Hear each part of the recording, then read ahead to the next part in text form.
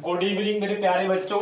तो आज हम लोग आगे बढ़ाते हुए कल की क्लास में हम लोगों ने हिमालय के बारे में पढ़ा था और हिमालय में भी जैसा कि हम लोग पिछली क्लास में इसकी उत्पत्ति से संबंधित जो सिद्धांत थे उन सिद्धांतों का अध्ययन किया था और उन सिद्धांतों में हम लोगों ने प्लेट टेक्टोनिक थ्योरी और कोवर महोदय का भूसंगतियों का सिद्धांत देखा था।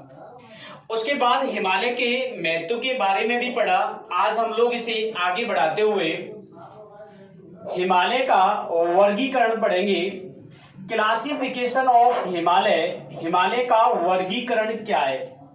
जैसा कि मैंने भौतिक प्रदेशों की शुरुआत करते समय ये बताया था आपको कि हिमालय को दो आधार पर डिवाइडेशन किया जाता है। हिमालय का दो आधार पर वर्गीकरण करते हैं। पहला आधार जो था उसमें हम लोगों ने देखा था वर्गीकरण में, तो पहला आधार क्या था यदि हम लोग इसकी बात करें तो पहला इसका वर्गीकरण था वो ये था कि हिमालय की निर्माण प्रक्रिया के आधार पर। किसके आधार पर?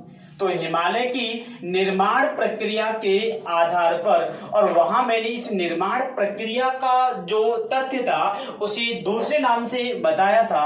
तो वहां मैंने इसी को बताया था हिमालय की ऊंचाई के आधार पर। तो ये दोनों में से किसी भी नाम से दिया हुआ क्वेश्चन में दे रखा हो सकता है। ऊंचाई के आधार पर हिमालय के पार्ट पूछ सकता है या निर्माण प्रक्रिया के आधार पर। आज हम लोग इसके जो पार्ट्स थे उसमें से, जैसे कि हम लोगों ने पढ़ा पार्ट्स कितने थे, तो आप लोग सभी बताएंगे पहला पार्ट जो था वो कौन सा था। तो पहला पार्ट था उसका, उसे हम लोगों ने क्या नाम दिया था? तो उसे नाम दिया था ट्रांस हिमालय। पहला पार्ट जो था इसका उसे हम लोगों ने क्या नाम दिया? तो जैसा कि हम लोगों ने नाम दिया था उस दिन, क्या नाम था उसका? तो नाम था भाई ट्रांस हिमालय। दूसरे पार्ट की यदि हम लोग बात करें तो दूसरा पार्ट कौन सा था? तो दूसरा पार्ट था इसका महान हिमालय या ग्रेट हिमालय। इंग्लिश में यदि इसको बोलेंगे तो इंग्लिश में क्या बोलेंगे? इसे ग्रेट हिमालय के नाम से जानेंगे। तीसरा पार्ट क्या था इसका? तो तीसरा पार्ट जो था इसी हिमालय का, तो तीसरा पार्ट था उसका नाम था लघु हिमालय। लघु हिमालय या इसको हम लोग देखें तो इसको बोलेंगे स्मॉलेस्ट हिमालय। चौथे पार्ट की यदि हम लोग बात करें तो चौथा पार्ट कौन सा था इसका? तो चौथा पार्ट था उसको हम लोगों ने क्या बताया था? तो उसका नाम था शिवालिक। चौथा पार्ट था इसका शिवालिक। तो ये निर्माण प्रक्रिया के आधार पर या हम लोग बात करें तो ऊंचाई के आधार पर हिमालय के जो पार्ट्स थे वो कितने थे? तो वो थे 4। आज की क्लास में हम लोग इसके वर्गीकरण के प्रत्येक पार्ट की अलग अलग बात करेंगे।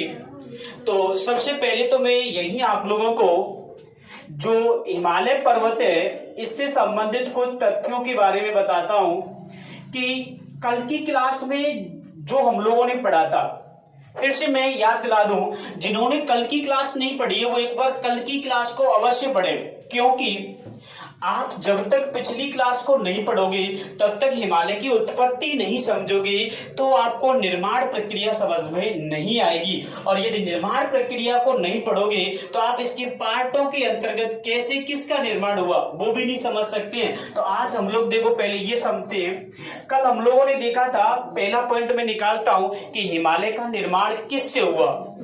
तो हिमालय के निर्माण की बात करें, आप सभी इसका कमेंट करके आंसर भी दे सकते हैं, क्योंकि ये कल की क्लास में था कि ये हिमालय का निर्माण किसके द्वारा हुआ। तो हिमालय का निर्माण हुआ था 33 सागर।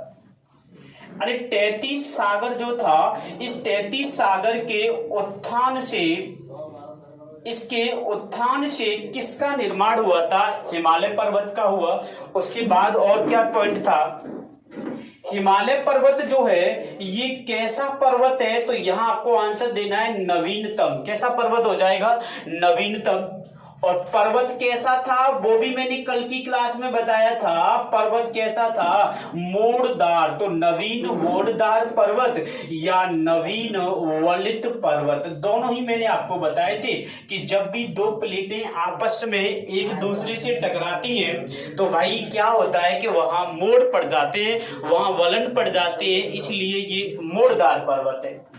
पर्वत कैसा है? तो नवीनतम। कैसा पर्वत है? नवीनतम। और देखो नेक्स्ट, यदि इसकी लंबाई की बात करें तो हिमालय पर्वत की जो लंबाई है वो कितनी है? तो ये 2400 किलोमीटर लंबाई में इसका विस्तार पाया जाता है। इसके बाद इसका निर्माण कौन से काल में हुआ? तो निर्माण काल की बात करें तो इसका निर्माण हुआ था प्यारे बच्चों सेनोजोइक काल। ये पृथ्वी के निर्माण के काल हैं जो पृथ्वी पे चीजों की उत्पत्ति हुई थी। जैसे आपने पढ़ा होगा जुरेसिक काल, कार्बोनिफेरस काल, सेनोजोइक काल, इनमें अलग अलग भौतिक संरचनाओं की उत्पत्ति हुई। ये सारी चीजें आपके स्टैंडर्ड की नहीं है। जब हम लोग जहां आरएएस आईएएस की बात करते हैं तो वहां ये सारी चीजें आपको पढ़ाई जाती है, क्योंकि वहां मेंस का पेपर होता है, वहां इनका बहुत ज्यादा अहम योगदान होता है। क्योंकि किस तरीके से किसी चीज का निर्माण हुआ उस पर विवेचना का सवाल आ सकता है, तो वहां हमको इसका जो है इनका वर्णन करना आवश्यक होता है। तो इसका निर्माण सेनोजोइक काल में हुआ। उसके भी कई सारे पार्ट होते हैं इन कालों के। आगे यदि मैं बात करूं तो आगे आपसे ये भी सवाल पूछ सकता है कि हिमालय पर्वत की आकृति कैसी है। यदि हम लोग आकृति की बात करें तो हिमालय पर्वत की जो आकृति है यह आकृति कैसी हो जाएगी? तो आंसर आएगा आपका कि सर इसकी आकृति तो धनुषाकार होगी। कैसी आकृति होगी? धनुषाकार होगी। देखो फिर से, अभी मैंने नया क्या देखा इसमें? तो नया तो कुछ देखा ही नहीं, जो आज तक पढ़ रहे हैं उसी को सिस्टम से सीक्वेंस के आधार पर प्रत्येक क्लास में सेट करते चल रहे हैं हम लोग। यहां देखा कि हिमालय के वर्गीकरण में दो प्रकार से किया था। पहला था निर्माण प्रक्रिया या ऊंचाई के आधार पर। हिमालय के कितने पार्ट किए हम लोगों ने? 4 पार्ट किए। पहला पार्ट कौन सा होगा? ट्रांस हिमालय। अगला पार्ट कौन सा होगा? महान हिमालय। उसके बाद लघु और शिवालिक। ये हिमालय से संबंधित कुछ तथ्य थे कि इसका निर्माण 33 सागर के उत्थान से हुआ। नवीन मोड़दार पर्वत या वलित पर्वत है, लंबाई में 2400। देखो यहां एक और डाउट क्लियर कर दे, कहीं पर ये 2400 है तो कहीं कहीं बुक्सों में 2500 किलोमीटर लिखी हो सकती है, लेकिन एनसीईआरटी क्लास 11th के स्टैंडर्ड में जब आप इसको पढ़ेंगे, एनसीईआरटी कक्षा 11th की क्लास किताब जब पढ़ोगे तो वहां आपको ये तथ्य 2400 किलोमीटर मिलेगा। और हमारी क्लास का उद्देश्य ही क्या होगा? तो हमारी क्लास का उद्देश्य या हमारी क्लास का जो बेस होगा, आधार होगा, वो एनसीईआरटी होगा। क्योंकि एग्जाम के अंतर्गत जो ऑप्शन होते हैं वो सही माने जाते हैं, जो किसके आधार पर माने जाते हैं? एनसीईआरटी या ऑथेंटिक किताबों के आधार पर। तो वहां 2400 किलोमीटर इसकी लंबाई मानी गई है। निर्माण की बात करेंगे तो सेनोजोइक काल में आकृति कैसी हो जाएगी? धनुषाकार। तो ये कुछ हिमालय से संबंधित तथ्य थे, ये उसके वर्गीकरण के 4 पार्ट थे। अभी हम लोग बात करेंगे ट्रांस हिमालय की, कि ये ट्रांस हिमालय क्या है, इसके अंदर क्या आता है। तो एक एक पार्ट की बात करेंगे। एक बार आप सभी लोग इसका स्क्रीनशॉट ले लें या लिखने वाले इसको लिख सकते हैं।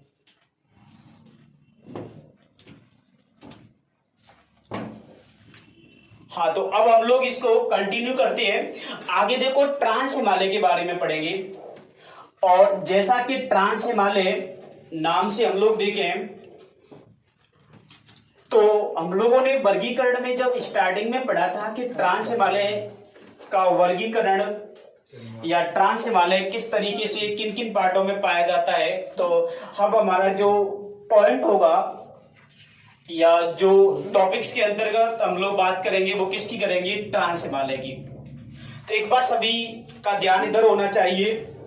देखो ट्रांस हिमालय जो है, इसकी अगर हम लोग बात करें तो जो हिमालय की हम लोगों ने उत्पत्ति पढ़ी थी कल की क्लास में, हिमालय की उत्पत्ति पढ़ी, तो हिमालय की उत्पत्ति से पूर्व इसका निर्माण, हिमालय की उत्पत्ति से पूर्व इसका निर्माण हुआ। अब इस लाइन पर सवाल क्या आ सकता है उसकी बात करेंगे हम लोग। हिमालय की उत्पत्ति से पूर्व जब इसका निर्माण हो गया तो सवाल पूछेगा कि हिमालय की उत्पत्ति से या 33 सागर से हिमालय के किस पार्ट का निर्माण नहीं हुआ या किस पार्ट का निर्माण हुआ। सवाल सिंपल सा है, समझना है आप लोगों को बस। हिमालय की उत्पत्ति देखो, जैसा कि इसमें ये शब्द लिखा हुआ है, इससे तात्पर्य क्या है? इससे तात्पर्य है कि जब उत्पत्ति हुई थी उस समय सबसे पहले महान हिमालय का निर्माण हुआ। सर्वप्रथम महान हिमालय का निर्माण हुआ। इसका निर्माण इससे पूर्व में ही हो चुका था। इसका मतलब क्या है? ट्रांस हिमालय यूरेशियन प्लेट का पार्ट है। यूरेशियन प्लेट जो थी इसका एक टुकड़ा है। जब ये दोनों पार्ट आपस में जुड़े थे तो 33 सागर के ऊपर उठने से ये पार्ट किसके साथ जुड़ गया? तो ये पार्ट किससे जुड़ा? तो ये पार्ट जुड़ गया हिमालय से, इसलिए ये हिमालय का क्या हो गया? पार्ट हो गया। तो यहां ये ध्यान रखना है कि उत्पत्ति से तात्पर्य महान हिमालय से होगा। हिमालय की जब उत्पत्ति हम लोगों ने पढ़ी थी तो उस समय सबसे पहले जो बनने वाला भाग था वो महान हिमालय था, ना कि ट्रांस हिमालय। ऑप्शन में चारों पॉइंट होंगे, चारों में से आपसे सवाल पूछेगा कि हिमालय की उत्पत्ति के समय सर्वप्रथम किसका निर्माण हुआ? आंसर होगा महान हिमालय। और दूसरा सवाल क्या पूछेगा? वो ये पूछेगा कि हिमालय का सबसे प्राचीनतम भाग कौन सा है? तो सबसे प्राचीनतम भाग कौन सा होगा? ट्रांस हिमालय। सवाल दो है, आंसर भी अलग अलग है, और उसके अंदर अंतर क्या है वो भी मैं आपको बार बार समझा रहा हूं कि हिमालय की उत्पत्ति से तात्पर्य महान हिमालय से, और हिमालय का प्राचीनतम पार्ट कौन सा है? ट्रांस हिमालय। तो ये चीज आप समझ गए होंगे। इसके बाद देखो, ट्रांस हिमालय जो है, इस ट्रांस हिमालय को हम लोग आगे चल करके जैसे हम लोग बात करें ट्रांस हिमालय, तो इसके भी 3 पार्ट्स किए जाते हैं। ट्रांस हिमालय का अगर हम लोग वर्गीकरण करें, क्लासिफिकेशन ऑफ ट्रांस हिमालय, तो क्लासिफिकेशन ऑफ ट्रांस का अगर हम लोग बात करें तो इसके ट्रांस हिमालय का जो वर्गीकरण होता है वो भी कितने पार्ट में होगा? तो वो 3 पार्ट में होता है। कौन कौन से पार्ट्स होंगे ये भी देख लो। सबसे पहला जो इसका पार्ट होगा वो कौन सा होगा? जो मैंने बताया था आपको कि वो पार्ट होगा काराकोरम। पहला पार्ट होगा भाई काराकोरम पर्वत। सेकंड पार्ट कौन सा होगा? तो सेकंड पार्ट मैंने आपको बताया भी था कि सेकंड पार्ट होगा वो कौन सा होगा? लद्दाख पर्वत श्रेणी। लद्दाख पर्वत श्रेणी। तीसरा पार्ट कौन सा होगा? तो तीसरा पार्ट होगा जिसे हम लोगों ने क्या नाम दिया था? जास्कर पर्वत श्रेणी। ये 3 पार्ट्स थे, और तीनों पार्ट्सों से मिलकर के ही किसका निर्माण होता है? तो आंसर आना चाहिए ट्रांस हिमालय का। किसका होगा? ट्रांस हिमालय का। जैसा कि मैंने ये भी बताया था कि ये दोनों पार्ट्स तिब्बत में जब इनका विस्तार पड़ते हैं तो तिब्बत में क्या कहलाते हैं? कैलाश पर्वत। तिब्बत में क्या कहलाएंगे? कैलाश पर्वत। तो यहां तक की बात है। अब देखो ट्रांस हिमालय में और क्या चीजें हमें देखनी है। ये सारी चीजें मैं कॉमन सी बता रहा हूं, जो कॉमन सी होती है, बिल्कुल कॉमन सिंपल से सवाल जो आते हैं वो यही से आते हैं कि ट्रांस हिमालय का पार्ट है या नहीं है। तो वहां ये चारों का आपको पता होना चाहिए कि ये चारों ट्रांस हिमालय के अंतर्गत आते हैं, और नहीं होगा तो इसमें से एक नहीं होगा, और वो होगा तो या तो महान हिमालय का पार्ट होगा, और महान का नहीं होगा तो वो किसका होगा? तो महान के अलावा शिवालिक का हो सकता है। आगे देखो, एक सवाल क्या बनता है, आप लोग सवाल बनाएंगे, एक सवाल मिलेगा कि इसकी लंबाई पूछ सकता है, एक सवाल बनेगा इसकी औसत ऊंचाई पूछ सकता है, ट्रांस हिमालय की एवरेज हाइट पूछ सकता है। दोनों की बात करते हैं हम लोग। औसत ऊंचाई कितनी होगी और लंबाई कितनी होगी? देखो लंबाई की जब हम लोग बात करें तो इसकी लंबाई कितनी है? तो इसकी लंबाई है 1000 किलोमीटर। औसत ऊंचाई की बात करें तो औसत ऊंचाई जो होगी वो कितनी है? 3100 मीटर। यहां मैं आपको एक सिंपल सा पॉइंट बताता हूं, और जो पॉइंट आपको प्रत्येक सब्जेक्ट में काम देगा, मैथ में भी देगा, रीजनिंग में भी देगा और जीके में भी देगा। वो कैसे देगा, देखो, जब भी किसी शिखर या कोई भी बिल्डिंग वगैरह होती है, उसकी लंबाई की बात करेगा तो मैक्सिमम जगह पर लंबाई किलोमीटर में दी जाती है, और जब वो ऊंचाई की बात करेगा तो मैक्सिमम जगह पर ऊंचाई जो होती है वो किस में होती है, मीटर में होती है। छोटी सी ये माइनर सी फॉल्ट होते हैं ऑप्शन के अंतर्गत। आपको 1 सेकंड लगेगा, वो ऑप्शन देगा तो फर्स्ट ऑप्शन में बस इतना लिख देगा 3100 cm सेंटीमीटर। सेकंड में ये भी लिख सकता है 3100 किलोमीटर। थर्ड में ये भी लिख सकता है 3100 मीटर। फोर्थ में ये भी लिख सकता है none of these above, NOTA, ये भी लिख सकता है। अब देखो यहां पर जब ये चारों ऑप्शन होंगे तो आपको यदि ये पता है, तो कई प्रकार के छात्र होते हैं, कुछ तो ऐसे होते हैं जो सवाल को भी अच्छे से पढ़ते हैं और ऑप्शन को भी चारों को पढ़ने के बाद तब आंसर टिक करते हैं। एक छात्र ऐसा होता है जो कि कहते हैं ना कि ओवर कॉन्फिडेंस नहीं आना चाहिए। ओवर कॉन्फिडेंस में क्या करते हैं, जैसे 3100 देखा आंसर टिक कर दिया, पूरा पढ़ाई नहीं कि इसमें वास्तव में दिया क्या था। घर आके देखा कि यार ये तो 3100 किलोमीटर दे रखा था, जबकि थी क्या वो मीटर। इन्हीं को कहते हैं माइनर से फॉल्ट, और यही फॉल्ट क्या करते हैं एग्जाम में हमें बाहर कर देते हैं। तो ये चीजें ध्यान रखनी है। इस तरीके से एग्जाम को पढ़ना है कि चाहे उस पर हमें कितनी भी लाइन खींचनी पड़े, जब तक वो चीज सही नहीं होगी। अब आप लोग इस पर लाइन खींचेंगे तो 3100, जैसे यहां पहुंचेंगे आप समझ जाएंगे किलोमीटर है तो नहीं होगा, और आपने इतना बढ़ लिया 3100 टिक कर दिया, इसका मतलब है गलत होगा। तो ये छोटी छोटी चीजों को ध्यान रखना है। ये मैंने कॉमन सी चीजें आपको बता रहा था कि मीटर किलोमीटर में तो ये फॉल्ट हर सब्जेक्ट में आपको मिल सकते हैं, तो इनसे ही तो बचना है। मैं जैसे आपको बार बार बताता हूं कि एग्जाम पास करने के लिए सिर्फ किताबी ज्ञान होना आवश्यक नहीं है बेटा, उसके अलावा और भी बहुत सी चीजें होती हैं जिनका ज्ञान होना आवश्यक है। आपको तो बस 50% किताबों का ज्ञान आना चाहिए, बाकी 50% तो आपका व्यवहारिक ज्ञान ही काम करता है। जैसे कि मान लो कोई स्टूडेंट कहता है कि सर मैं 18 घंटे पढ़ता हूं, ठीक है पढ़ता है, और ये भी मानता हूं कि तुझे कोई भी चीज है वो 80% आती है, लेकिन यदि मान लो तो 18 घंटे पढ़ता है और एग्जाम से 10 दिन पहले, और ऐसा भगवान करे नहीं कि आपके साथ ऐसा हो जाए, लेकिन मान लो 10 दिन पहले आपकी जो हेल्थ है या आपको फीवर वगैरह आ जाता है, तो आपने जो इससे पहले 18 घंटे पढ़ाई की थी उसका कोई औचित्य नहीं रहेगा। तो आपको इसका भी तो ध्यान रखना है। एक स्टूडेंट ऐसा होता है जो 18 घंटे पढ़ता रहा, उसने कभी OMR सीट को भरने का एक्सपीरियंस ही नहीं किया। एग्जाम देने गया, OMR आई उसके सामने और उसने रोल नंबर में 2 की जगह पर 3 का गोला कर दिया।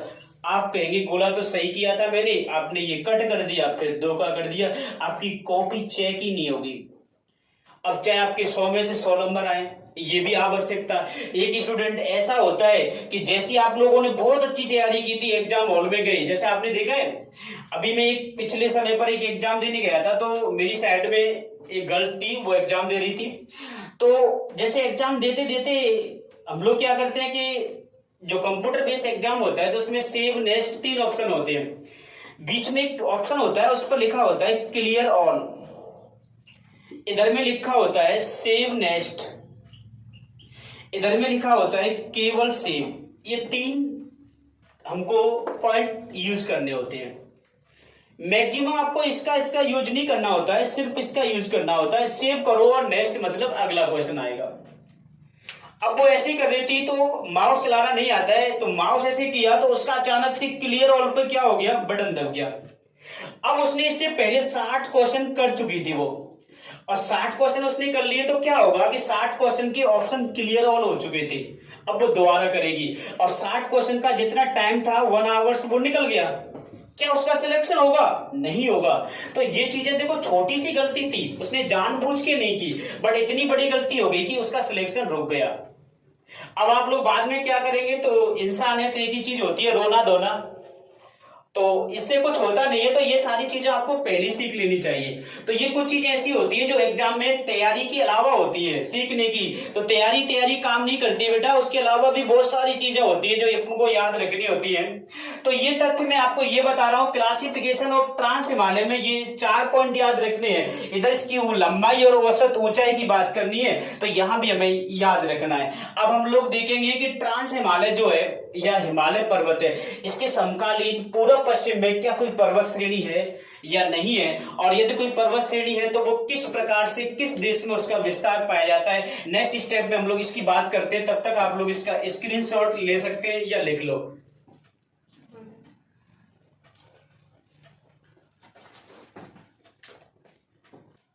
तो आगे हम लोग इसके बाद बात करेंगे अब कि इसके समकालीन या इसके पूर्व पश्चिम में कौन कौन सी पर्वत श्रेणियां हैं। तो यहां तक किसी को कोई प्रॉब्लम अगर हो तो पूछ लो भाई, और नहीं है तो सभी एक बार कमेंट करके बता सकते हैं, जिससे कि मैं भी अपनी क्लास को आगे रखूं। तो अब हम लोग बात करेंगे कि जो हिमालय पर्वत या ट्रांस हिमालय है, इसके पूर्व पश्चिम की पर्वत श्रेणियों की यदि हम लोग बात करें तो देखो क्या होगा। सपोज दैट यदि हम लोग ये माने कि ये पर्वत श्रेणी जो है वो कौन सी है, तो ये बेटा ट्रांस हिमालय। सपोज ये मैंने मान लिया कि ये पर्वत श्रेणी ट्रांस हिमालय का विस्तार है, तो ट्रांस हिमालय के पश्चिम और पूर्व की बात करने के लिए हम बात कर रहे हैं। पहले मैं इधर बात करूं तो यहां पर एक पामीर का पठार, इधर में क्या है, पामीर का पठार है, और ये जो पामीर का पठार है इसे ही हम लोग संसार की छत के नाम से जानते हैं। अगर इसे किस नाम से जानेंगे तो इसे संसार की छत कहा जाता है, पामीर के पठार को। और यदि मैं इस हिमालय के पूरब की बात करूं तो पूरब की ओर जो पर्वत श्रेणियां विस्तृत हैं, इन पर्वत श्रेणियों को क्यूलुन पर्वत श्रेणी, इन पर्वत श्रेणियों को क्या कहते हैं, तो इन पर्वत श्रेणियों को क्यूलुन पर्वत के नाम से जाना जाता है। जैसा कि ये पर्वत श्रेणी चीन के अंतर्गत विस्तृत है। ये सभी ट्रांस हिमालय से लिंक है या जुड़ी हुई है। यदि मैं पश्चिम की ओर जाऊं तो पश्चिम की ओर सबसे पहले हम लोग बात करेंगे, तो सबसे पहले ये पर्वत श्रेणी कौन सी होगी, तो देखो यहां पर यदि हम लोग बात करें तो ये पाकिस्तान होगा, और यहां यदि हम लोग बात करें तो अफगानिस्तान होगा। ये दोनों देश हैं, पाकिस्तान और कौन सा है, ये अफगानिस्तान। ये पर्वत श्रेणी का विस्तार दोनों देशों में पाया जाता है, पाकिस्तान में भी है और अफगानिस्तान में भी है। इस पर्वत श्रेणी को किस नाम से जानते हैं, तो इस पर्वत श्रेणी को सुलेमान कहा जाता है। इसे सुलेमान पर्वत कहते हैं। जैसे कहते हैं ना कि वक्त वक्त की बात है, वक्त वक्त की बात है, आज आप उड़ लिए तो कल हमारा वक्त आएगा तो हम भी उड़ा देंगे। कोई आपसे कुछ कहता है तो आपको ये लाइन याद रखनी है कि वक्त वक्त की बात है, आज आपका वक्त है तो आप उड़ लिए, और कल हमारा वक्त होगा तो हम उड़ा देंगे। तो इसी बात से आप लोग जिस तरीके से इंटरेस्ट के साथ में पढ़ाता हूं, उसी इंटरेस्ट के साथ आप पढ़ा करो। ये कोई बड़ी तोप नहीं होती है कि जी के याद नहीं होती है। मैं ये कहता हूं कि अगर ठान ली है तो हिमालय पर्वत की ऊंचाई भी कम होती है, वहां पर भी लास्ट में मनुष्य पहुंचा है तो उससे भी तो ऊंची कोई चीज होगी, क्योंकि है ही नहीं इस पृथ्वी पर, तो मनुष्य रुका नहीं है बेटा। तो ये चीज आप लोग ध्यान से पढ़ोगे ना तो इंटरेस्ट जहां होगा वह चीज आपको छोटी लगेगी। सेकंड पर्वत श्रेणी की बात करूं तो सेकंड पर्वत श्रेणी का विस्तार भी कहां होगा, तो मैं यहां शॉर्ट में लिखता हूं, ये पाकिस्तान और ये अफगानिस्तान, दोनों देशों में। और इस पर्वत श्रेणी का नाम क्या है? तो इसे कहते हैं किरथर पर्वत। इसे क्या कहेंगे? किरथर पर्वत कहा जाता है। तीसरी पर्वत श्रेणी, इसकी यदि हम लोग बात करें तो बेटा तीसरी पर्वत श्रेणी केवल पाकिस्तान में विस्तृत है। ये कहां पर है? तो ये केवल पाकिस्तान में है। और इसे किस नाम से जानते हैं? तो इसका नाम होगा हिंदू कुश। क्या नाम होगा इसका? इसका नाम होगा हिंदू कुश पर्वत। तो ये सभी पर्वत ट्रांस हिमालय से जुड़े हुए हैं। आपको याद रखना है कि ट्रांस हिमालय के पूर्व में क्यूलुन पर्वत का विस्तार है। ट्रांस हिमालय के पश्चिम में सुलेमान, किरथर, हिंदूकुश पर्वत श्रेणियां हैं। ट्रांस हिमालय के उत्तर में पामीर का पठार विस्तृत है। और ट्रांस हिमालय के दक्षिण में महान हिमालय का विस्तार है। ये चारों पॉइंट इस तरीके से मैंने पढ़ाए हैं। क्यों पढ़ाए हैं उसका भी कारण देखो, कि जैसे अभी हम लोग बात कर रहे थे, सवाल पूछेगा कि ट्रांस हिमालय के पूर्व में विस्तृत है तो क्यूलुन की पर्वत श्रेणी। क्यूलुन पर्वत श्रेणी का विस्तार किस देश में है? चीन के अंतर्गत। ऐसे ही ट्रांस हिमालय के उत्तर में क्या है? पामीर का पठार। ये पामीर के पठार पर यह भी सवाल आता है कि संसार की छत किसे कहा जाता है। यह सवाल बहुत रिपीट होने वाला है, काफी बार इसका रिपीटेशन हुआ है कि संसार की छत किसे कहते हैं। तो वहां आंसर होगा पामीर की पठार को। तो इसके बाद नेक्स्ट हम लोग बात करें कि ट्रांस हिमालय के अंतर्गत देखो, ट्रांस हिमालय जो है इसके विस्तार की अब हम लोग बात करेंगे। तो ये पर्वत श्रेणी आपकी समझ में आई होगी। कौन सी पर्वत श्रेणी कौन से देश में है? ट्रांस हिमालय के पूर्व में कौन सी है, पश्चिम में कौन सी है? तो एक बार इसको आप लोग नोट डाउन या लिख लो या स्क्रीनशॉट ले लो। उसके बाद मैं कंटिन्यू करता हूं ट्रांस हिमालय के पार्ट की। अब हम लोग ट्रांस हिमालय का क्लासिफिकेशन करेंगे, वर्गीकरण करेंगे। तो ये स्क्रीनशॉट आपने ले लिया होगा। अब मैं यहां बात करता हूं ट्रांस हिमालय का वर्गीकरण। देखो, एक एक स्टेप के साथ हम लोग आगे बढ़ेंगे, क्योंकि जहां स्टेप के साथ एक सीक्वेंस होता है वहां चीजें ज्यादा समझ में आती हैं, और जहां सीक्वेंस नहीं होता है वहां चीजें कम समझ में आती है। तो सीक्वेंस है, देखो यहां मैंने हिमालय का वर्गीकरण पढ़ा। अब देखो हिमालय के वर्गीकरण के बाद आगे क्या पढ़ेंगे? तो यहां हम लोग पढ़ेंगे ट्रांस हिमालय। अब हमारा पॉइंट होगा ट्रांस हिमालय। हेडिंग क्या होगी? तो हेडिंग डाल लेंगे आप लोग सभी ट्रांस हिमालय का वर्गीकरण। अब हेडिंग डाल लो ट्रांस हिमालय का वर्गीकरण। और ट्रांस हिमालय के वर्गीकरण में भी आपको अभी मैंने बताया था कि इसे 3 पार्ट में डिवाइड करते हैं। तो ट्रांस हिमालय के वर्गीकरण में सब हेडिंग डालेंगे। पहली काराकोरम। कौन सी डालेंगे? काराकोरम पर्वत। अब स्टार्ट करते हैं हम लोग इस ट्रांस हिमालय के पहले पार्ट की। तो सभी एक बार इधर ध्यान दें। काराकोरम पर्वत श्रेणी की यदि मैं बात करूं, जैसा कि भारत के सबसे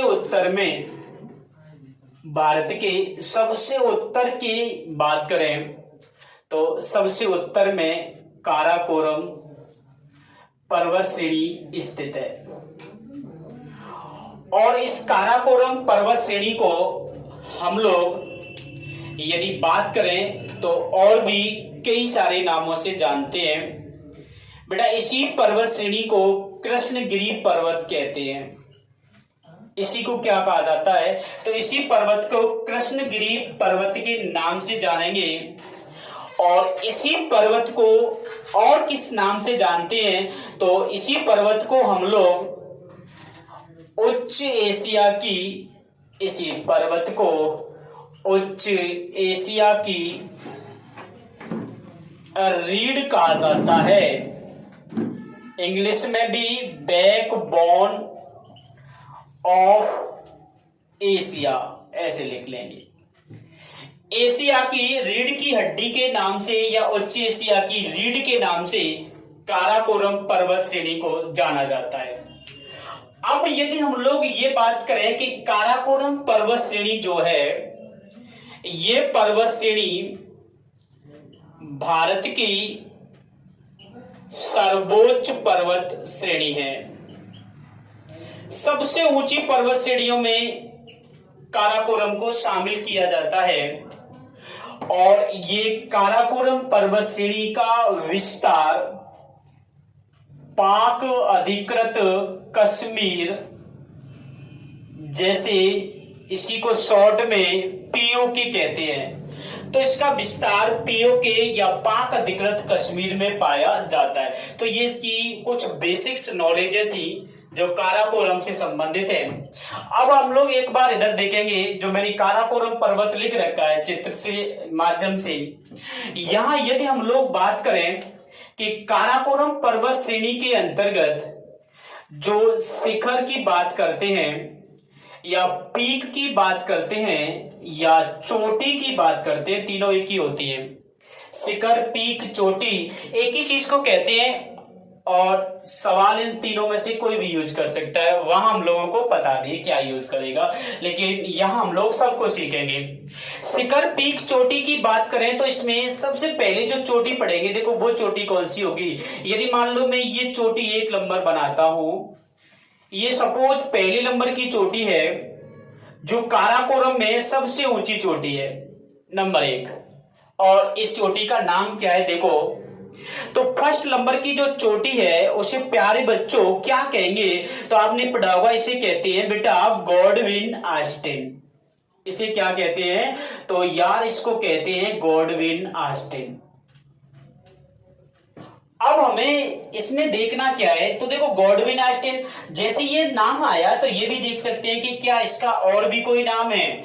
तो सपोज इसका नाम यदि हमको याद है तो आप कमेंट में बता सकते हैं, और नहीं बता सकते तो मैं लिख ही रहा हूं। इसी को हम लोग क्या कहते हैं, तो इसी को K2 के नाम से भी जानते हैं। गॉडविन ऑस्टिन भी कहते हैं, K2 के नाम से भी इसी को जाना जाता है। तो ये पर्वत चोटी जो है ये कौन सी श्रेणी में है, तो सबसे पहला आंसर होगा कि ये साहब पीओके के अंतर्गत है और काराकोरम पर्वत में है। ये बेसिक्स छोटी छोटी चीजें हैं। सवाल पूछेगा कि काराकोरम पर्वत की सबसे ऊंची चोटी कौन सी है, आंसर होगा K2 या गॉडविन ऑस्टिन। अगला सवाल, गॉडविन ऑस्टिन पर्वत चोटी स्थित है, तो आंसर होगा पाक अधिकृत कश्मीर यानी कि पीओके। आगे यदि हम लोग बात करेंगे तो आगे देखो क्या सवाल होगा। अगला सवाल होगा इस चोटी को लेकर के ऊंचाई। सवाल में ये पूछेगा कि गॉडविन ऑस्टिन की ऊंचाई कितनी है, तो आप लोगों को पता होगा, और नहीं पता है तो आज सीख जाओगे, 8611 मीटर। याद कैसे रखना है, याद कैसे रखना है, तो देखो याद आप लोग रख सकते हैं कि आज के बाद जितनी भी चोटी पड़ेंगे उसके पीछे अगर किसी भी चोटी की लंबाई की ऊंचाई के पीछे एक एक के 2 अक्षर आए ना, तो वो समझ लेना गॉडविन ऑस्टिन है, बाकी किसी के भी पीछे नहीं आएंगे। ये दोनों डबल 1 किसी भी चोटी के पीछे नहीं आता है। जहां पर भी डबल 1 का संकेत आपको मिल जाए और आपको समझ जाना है वो गॉडविन ऑस्टिन की है। 8000 से अधिक ऊंचाई, अभी लास्ट में बात करेंगे कि 8000 से अधिक ऊंचाई वाली इस विश्व में 94 चोटी है। 94 का मतलब है 94 ऐसी चोटियां हैं जिनकी ऊंचाई 8000 से अधिक है। और प्यारे बच्चों 94 में से 92 चोटियां सिर्फ और सिर्फ हिमालय में पाई जाती हैं। तो इस विश्व के सबसे ऊंचे जो क्षेत्र या स्थान है उनका अधिकांश विस्तार हिमालय के अंतर्गत है। अन्य किसी भी महाद्वीप में पढ़ोगे आप लोग, जब महाद्वीपों की बात करेंगे, जब इनको भी देखेंगे तो वहां पर आपको दिखेगा कि 8000 से अधिक ऊंचाई वाले पॉइंट हमको बहुत कम मिलेंगे। कई कई महाद्वीपों में तो बिल्कुल ही नहीं मिलेगा। तो ये चीजें आपको याद रखनी है। अब यहां देखो और क्या सवाल है। गॉडविन आइंस्टीन पर अगला सवाल क्या बनेगा? तो देखो अगला सवाल बनता है कि आपसे सवाल में पूछेगा भारत की सर्वोच्च चोटी। सिंपल सा सवाल है, सर्वोच्च। अब जैसे कि आप लोग हिंदी इंग्लिश पढ़ते हैं तो वहां दो शब्द यूज होते हैं, आप लोग बताएंगे मेरे को। यदि मैं एक तो ऐसे लिख सकता हूं सबसे ऊंची, एक ऐसे लिख सकता हूं सर्वोत्तम ऊंची, एक ऐसे लिख सकता हूं सर्वोच्च ऊंची, एक ऐसे लिख सकता हूं नन ऑफ दिस। सभी कमेंट करके एक बार ये बताओ इसमें सही कौन सा है, या एक से अधिक सही है, या एक।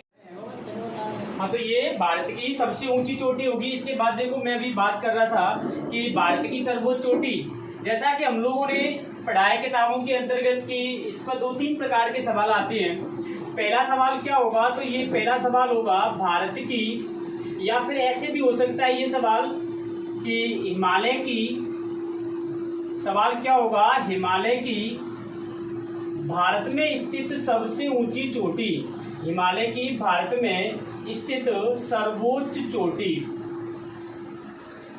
एक सवाल तो इस तरीके से आ सकता है। आप एक सवाल किस तरीके से आएगा तो वहां पर ये सेकंड में चेंज कर सकता है आपके लिए, और वो चेंज क्या करेगा? तो वो चेंज करेगा कि हिमालय की पूर्णतः भारत में, हिमालय की पूर्णतः भारत में स्थित सर्वोच्च चोटी।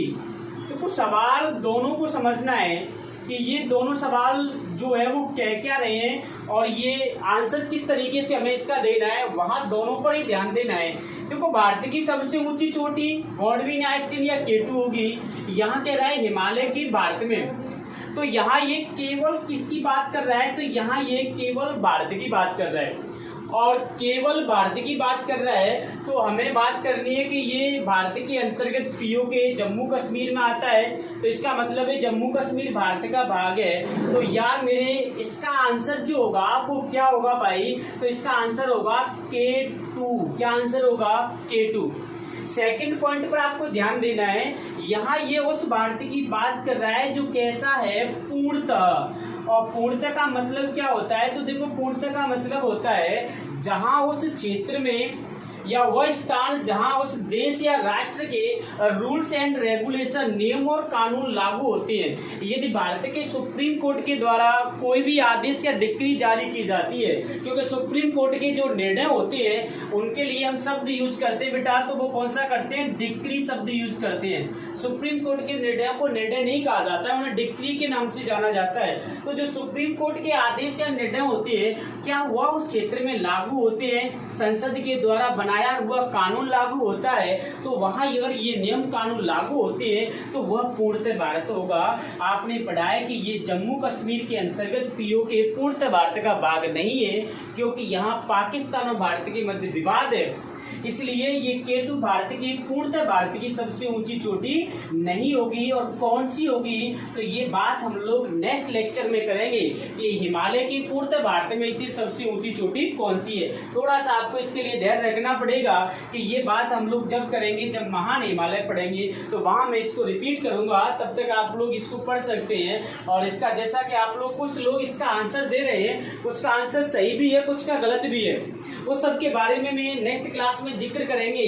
बस आप मैंने आज इस क्लास में ये बता दिया कि ये दोनों सवाल आ सकते हैं अलग अलग प्रकार से, और ये भी जिक्र करेंगे 2018 राजस्थान पुलिस के एग्जाम में जो सवाल पूछा गया था, तब हम लोग वहां इस राजस्थान पुलिस के एग्जाम में पूछे गए सवाल की भी बात करेंगे, जब हम लोग इस पॉइंट पर बात करेंगे अगले लेक्चर में, तो दोनों की बात करेंगे। इसके बाद देखो सेकंड चोटी कौन सी होगी इस काराकोरम में स्थित? तो सेकंड चोटी का नाम है मेरे प्यारे बच्चों, तो वो कौन सा होगा?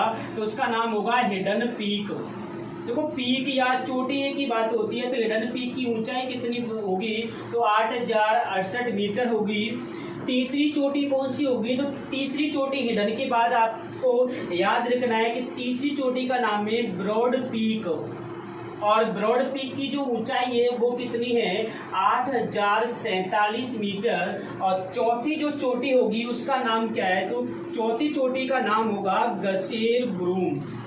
तो ये चारों चोटियां हैं जो काराकोरम में 8000 से अधिक ऊंचाई वाली चोटी है जो कि स्थित है। चारों चोटियों के आपको नाम याद रखने हैं। तो ये काराकोरम में स्थित प्रमुख शिखर पीक या चोटियां थी जो हम लोगों ने पढ़ी।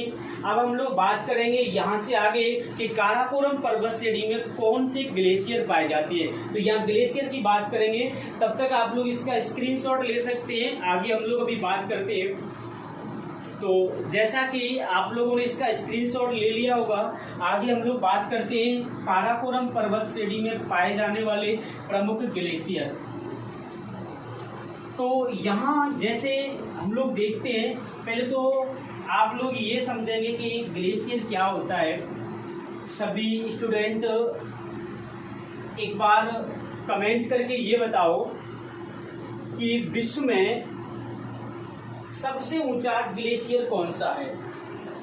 सभी एक बार कमेंट करके, फिर उसके बाद हम लोग यहाँ बात कर रहे हैं।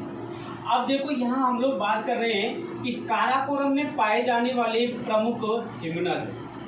किसकी बात कर रहे हैं, प्रमुख हिमनद। इसी को क्या कहते हैं, तो इसी को क्या कहेंगे ग्लेशियर। इसी को क्या कहा जाता है, तो इसी को कहा जाता है हिमानी।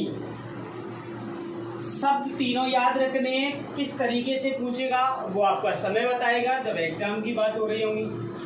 हिमनद, ग्लेशियर, हिमानी, तीनों ही नामों को अगर अर्थ देखें तो तीनों का मतलब एक ही होता है। हिमनद, हिमनद, ग्लेशियर, हिमानी, इनका मतलब देखो क्या होता है। तीनों का मतलब होता है बर्फ के पहाड़। क्या होता है, बर्फ के पहाड़। जहाँ बर्फ का जमाव पाया जाता है, जहाँ बर्फ के ऊंचे ऊंचे पहाड़ होते हैं, उनको क्या कहते हैं, तो उनको प्यारे बच्चों क्या कहा जाता है, हिमनद के नाम से जानते हैं। उनको क्या कहते हैं, ग्लेशियर कहते हैं या हिमानी कहते हैं। जैसा कि हम लोग सियाचिन ग्लेशियर के नाम सुना होगा, तो सियाचिन नाम का जो ग्लेशियर है, यह सियाचिन ग्लेशियर भी कौन से पहाड़ी पर या कौन से पर्वतों पर स्थित है, तो आपका आंसर होगा काराकोरम पर। इस ग्लेशियर में सबसे पहला ग्लेशियर याद रखना है आपको, सियाचिन ग्लेशियर। और सियाचिन ग्लेशियर कहाँ पर है, तो इधर आप लोग ध्यान देंगे। सियाचिन ग्लेशियर का विस्तार जम्मू कश्मीर और लद्दाख दोनों ही केंद्र शासित प्रदेशों में पाया जाता है। इसका पार्ट जम्मू कश्मीर में भी फैला हुआ है, इसका पार्ट लद्दाख में भी फैला हुआ है। तो सियाचिन ग्लेशियर। अब देखो सियाचिन ग्लेशियर जो है, अगर हम लोग बात करें तो सियाचिन ग्लेशियर भारत का सबसे बड़ा ग्लेशियर है। कैसा है, भारत का सबसे बड़ा ग्लेशियर है। भारत में स्थित हिमनदों में सबसे बड़ा हिमनद जो है वो कौन सा है, सियाचिन ग्लेशियर है। अगला पॉइंट हम लोग बात करें तो सियाचिन ग्लेशियर पर भारत और पाकिस्तान और चीन तीनों के मध्य विवाद है। ये तीनों देशों के मध्य यहाँ पर क्या पाया जाता है, विवाद पाया जाता है। अब हम लोग क्या देखेंगे, सियाचिन ग्लेशियर जो है ये विश्व का, कहाँ का भाई, विश्व का, सियाचिन ग्लेशियर विश्व का सबसे ऊंचा, विश्व का सबसे ऊंचा युद्ध स्थल। कैसा हो जाएगा, सबसे ऊंचा युद्ध स्थल। ये बात क्या है भाई, ये समझेंगे एक बार। यह विश्व का सबसे ऊंचा युद्ध स्थल का मतलब है कि यहाँ सबसे ऊंचाई पर मैक्सिमम पॉइंट पर सेनाएं तैनात रहती हैं। इसी को लेकर के ये विश्व का सबसे ऊंचा है, तो यहाँ जिस देश की सेना होगी वह सबसे ऊंचाई पर स्थित होगी। तो इसी बात को लेकर के इन तीनों के मध्य विवाद है। चीन अपना अधिकार जमाना चाहता है, भारत अपना अधिकार, पाकिस्तान अपना अधिकार। वर्तमान में यदि हम लोग बात करें तो सियाचिन ग्लेशियर पर वर्तमान में भारत का अधिकार है। कैसे अधिकार है, तो वो एक बार आप लोग यहाँ देखें। 1984 में भारत के द्वारा भारत के द्वारा एक ऑपरेशन चलाया गया था, उसका नाम था ऑपरेशन मेघदूत। क्या नाम था उसका? तो ऑपरेशन मेघदूत के माध्यम से इस पर सियाचिन पर पुनः अधिकार किया गया। तो ये ऑपरेशन मेघदूत चलाया गया। तो ऑपरेशन, आपसे सवाल पूछेगा ऑपरेशन मेघदूत का संबंध किससे है? तो आपका आंसर होगा कि इसका संबंध सियाचिन पर पुनः अधिकार करने से है। तो ऑपरेशन मेघदूत के द्वारा भारत ने पुनः अधिकार किस पर किया? तो पुनः अधिकार किया किस पर? सियाचिन पर। सवाल पूछेगा कि भारत ने सियाचिन पर अधिकार करने के लिए कौन सा ऑपरेशन चलाया?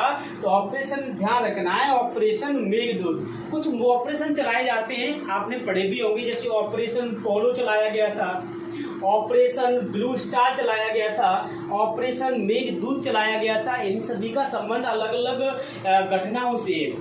ऑपरेशन पोलो, जैसे मैंने अभी नाम लिया, हैदराबाद रियासत को भारत में शामिल करने से संबंधित था। ऐसी ऑपरेशन ब्लू स्टार, स्वर्ण मंदिर जो है अमृतसर, वहां पर आतंकवादियों को खात्मा करने के लिए ऑपरेशन ब्लू स्टार चलाया गया था। ऐसी ऑपरेशन मेघदूत सियाचिन पर पुनः अधिकार करने के लिए चलाया गया। तो प्रत्येक अलग घटना के लिए अलग अलग हमारी भारतीय सेनाओं के द्वारा ऑपरेशन चलाए जाते हैं और उन ऑपरेशनों का उद्देश्य होता है उस समस्या का समाधान करना। तो यहाँ इसके द्वारा पुनः क्या किया गया? अधिकार किया गया सियाचिन ग्लेशियर पर। तो ये सियाचिन ग्लेशियर, इसके बाद और क्या इस पर पॉइंट हो सकता है? तो सियाचिन ग्लेशियर पर नेक्स्ट देखेंगे, इस सियाचिन ग्लेशियर से एक नदी का भी उद्गम होता है। नदी कौन सी निकलती है? तो नुब्रा नदी का उद्गम। कौन सी नदी का उद्गम होगा? नुब्रा नदी का उद्गम होता है। तो जितने मैक्सिमम सवाल आपके आएंगे उनसे संबंधित सारे तथ्य मैं यहाँ आपको बता देता हूँ कि इस पर सवाल आ कहाँ से सकता है और क्या हो सकता है। तो देखो और क्या होगा। इसके अलावा एक और ग्लेशियर आपको पढ़ना है, ग्लेशियर का नाम है रीमो ग्लेशियर। देखो रीमो ग्लेशियर जो है ये पार्ट किसका है? तो पार्ट आपको बताना है कि रीमो ग्लेशियर पार्ट तो सियाचिन का है। किसका है? तो रीमो ग्लेशियर पार्ट है सियाचिन का। और सियाचिन का पार्ट है तो फिर इसको पढ़ा क्यों जाता है? तो सीधा सवाल आएगा कि टंग ऑफ सियाचिन, इसका मतलब क्या होगा? टंग पढ़ाई होगा। टंग क्या होती है भाई? तो टंग होती है जीभ। क्या होती है? जीभ होती है।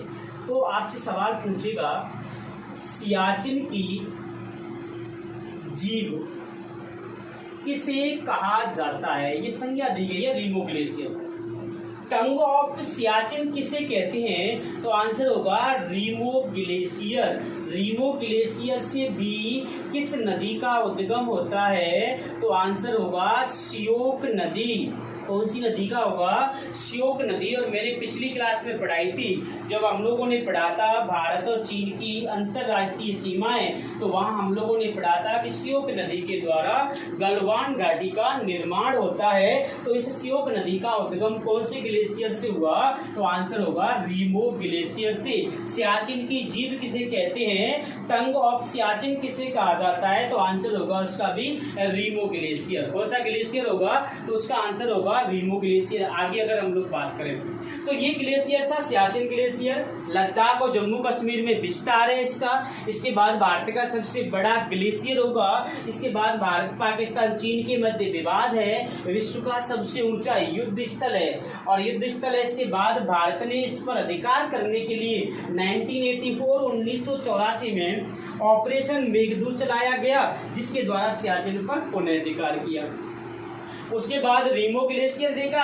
ये रीमो ग्लेशियर किसका भाग है? सियाचिन का। और इसको क्या कहते हैं? तो सियाचिन की जीभ या टंग ऑफ ग्लेशियर सियाचिन के नाम से जाना जाता है। किस नदी का उद्गम हुआ? श्योक का। और नुब्रा कहां से निकलेगी? सियाचिन ग्लेशियर से। आगे देखो इस पर। इसके अलावा और कौन कौन से इसमें ग्लेशियर है? तो कुछ ग्लेशियरों के मैं आपको नाम लिखा देता हूँ। इसके अलावा इस पर ग्लेशियर कौन सा होगा? तो एक ग्लेशियर का नाम है इस पर हिमनद। ये भी काराकोरम में स्थित है। थर्ड ग्लेशियर का नाम आप लोगों को याद रखना है बोल्टोरा। बोल्टोरा हिमनदिया ग्लेशियर भी कहाँ पर है, तो ये हिमनद भी काराकोरम में। फोर्थ आपको याद रखना है कि बियाफो, कौन सा याद रखना है, बियाफो हिमनद। ये चारों ग्लेशियरों से सवाल आता है। चारों से कैसे आता है, कभी कभी ये सवाल आ जाता है साधारण सा कि निम्न में से कौन सा ग्लेशियर काराकोरम में स्थित है या नहीं स्थित है, तो वहाँ ये चारों का इंपोर्टेंस बढ़ जाता है। तो ये हम लोगों ने काराकोरम पर्वत श्रेणी में पाए जाने वाले प्रमुख हिमनद या ग्लेशियर की बात करी थी। तो ये काराकोरम पर्वत श्रेणी थी, और इस काराकोरम पर्वत श्रेणी का ही अगर हम लोग बात करें तो इसका तिब्बत में फैला हुआ जो विस्तार है, इसमें तिब्बत में जो विस्तार है उसे क्या कहते हैं, इसके लिए मैं फिर से नाम बता रहा हूँ आपको, तो इसे कहते हैं कैलाश पर्वत। देखो जैसा कि हम लोगों ने यहाँ पढ़ा था ट्रांस हिमालय, कौन सा हिमालय पढ़ा था, मैं इधर कोने पे लिख देता हूँ। अभी पिछले हम लोगों ने ट्रांस हिमालय पढ़ के निकले थे हम लोग, तो वहां हम लोगों ने देखा कि ट्रांस हिमालय जो है उसका बेटा अधिकांश जो विस्तार है, तो उसका अधिकांश विस्तार मेरे छात्रों कहाँ मिलेगा, तो अधिकांश जो इसका विस्तार है ये कहाँ पाया जाता है, तो आंसर देना होगा अधिकांश विस्तार इसका कहाँ मिलेगा, तो वो मिलेगा तिब्बत में। और तिब्बत में मिलने के कारण ही ट्रांस हिमालय को तिब्बती हिमालय भी कहते हैं। कौन सा हिमालय कहते हैं, तिब्बती हिमालय कहा जाता है। ये छोटी छोटी चीजें आपको याद रखनी है कि तिब्बती हिमालय किसे कहते हैं, तो ये ट्रांस हिमालय को कहते हैं। तो ये मेरी चीज यहाँ बता दी आप लोगों को। नेक्स्ट हम लोग अभी इसको कंटिन्यू पढ़ेंगे, तो इसमें अब हम लोग देखेंगे कि काराकोरम पर्वत श्रेणी में कौन कौन से दर्रे पाए जाते हैं। एक बार आप इस काराकोरम पर्वत श्रेणी के ग्लेशियर का स्क्रीनशॉट ले लें या फिर इसको लिख लें।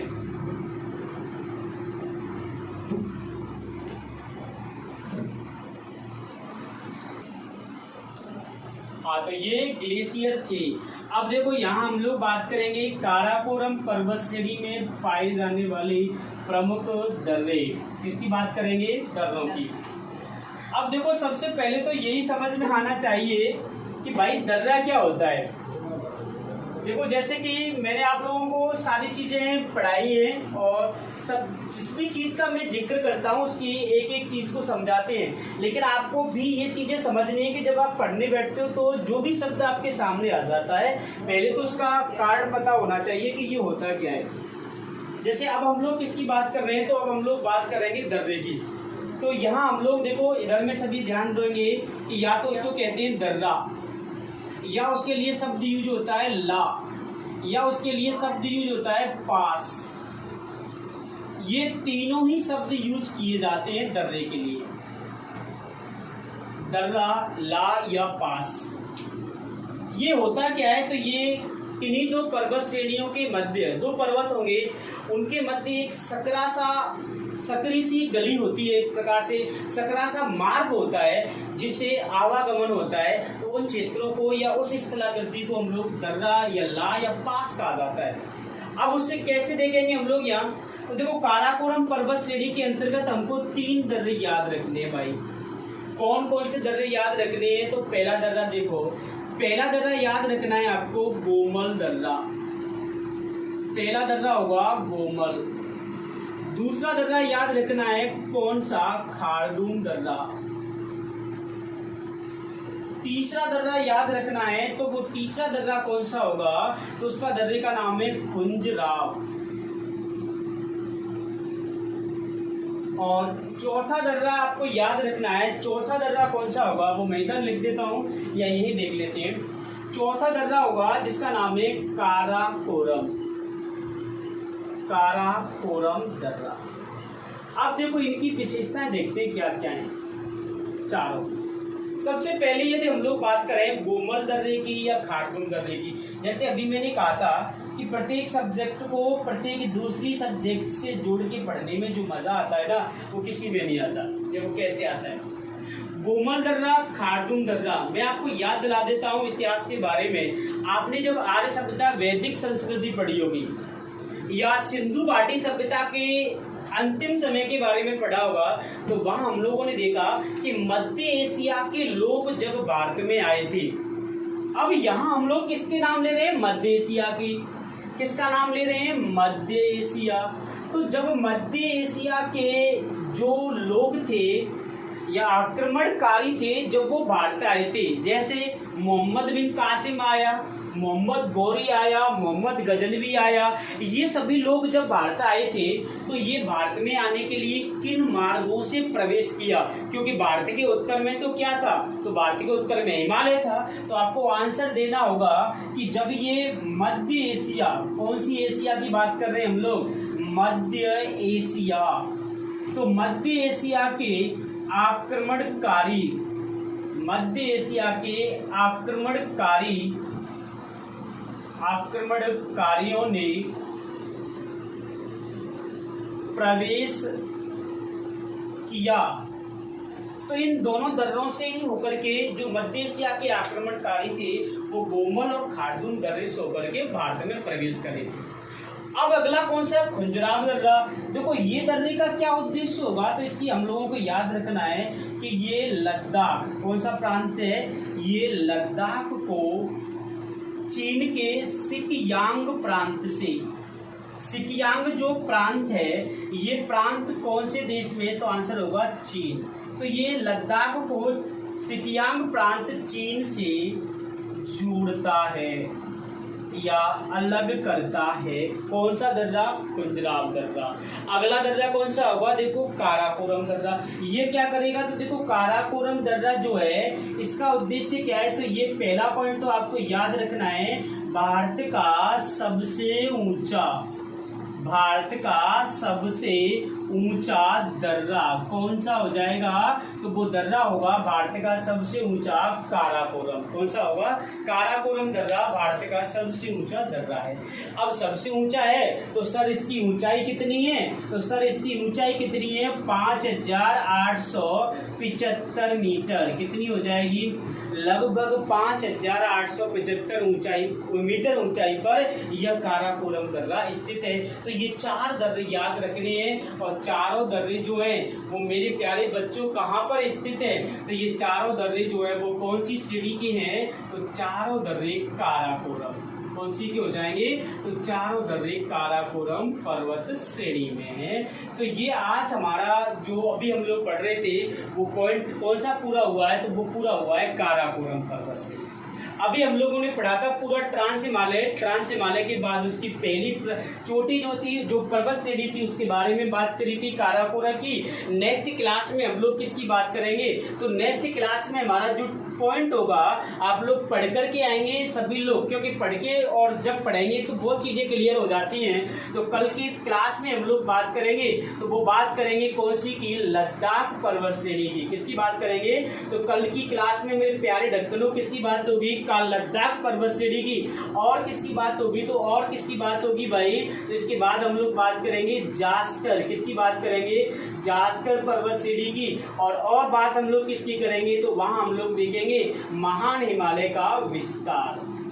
ये तीनों पॉइंटों को हम लोग कल की क्लास में लेकर के आएंगे। आज की क्लास में हम लोगों ने ट्रांस हिमालय के समकालीन पर्वत, ट्रांस हिमालय, इन सभी के बारे में बात करी थी। और जैसा कि आप लोग इस समय पर हमारी पिछली क्लासों को देखते हुए सभी पढ़ाई कर रहे होंगे और भी सब्जेक्ट को आप लोग साथ ही साथ ध्यान से पढ़ते चलें और समय के अनुसार आप लोगों की जो मांगे हैं उसके अनुसार हम लोग बेटर से बेटर कर रहे हैं। तो आप लोग अगर ये वीडियो आपको सभी को अच्छी लग रही होगी तो एक बार लाइक, सब्सक्राइब एवं शेयर करें। और यदि अच्छी नहीं लग रही हो तो इसको क्या कर सकते हैं भाई? डिसलाइक भी कर सकते हैं। दोनों बटन पास होते हैं, वो आपकी मर्जी है दबानी कौन सी है। तो इसी के साथ सभी को थैंक यू और गुड नाइट।